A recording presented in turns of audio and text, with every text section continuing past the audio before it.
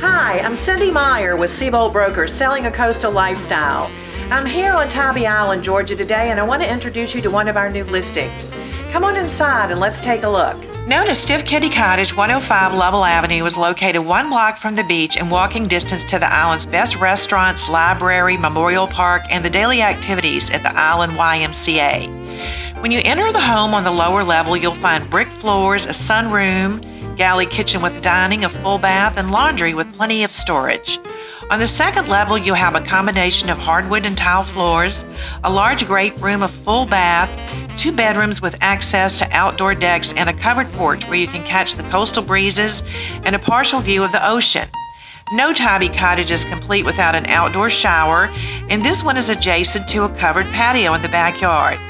Large enough to accommodate a summer kitchen for family gatherings or just chilling with friends after a day of fun on the island, the fenced yard has plenty of room for pets or the addition of a pool. 105 Lovell Avenue on Tybee Island is a great value if you're looking for a coastal lifestyle, a stone's throw from the ocean.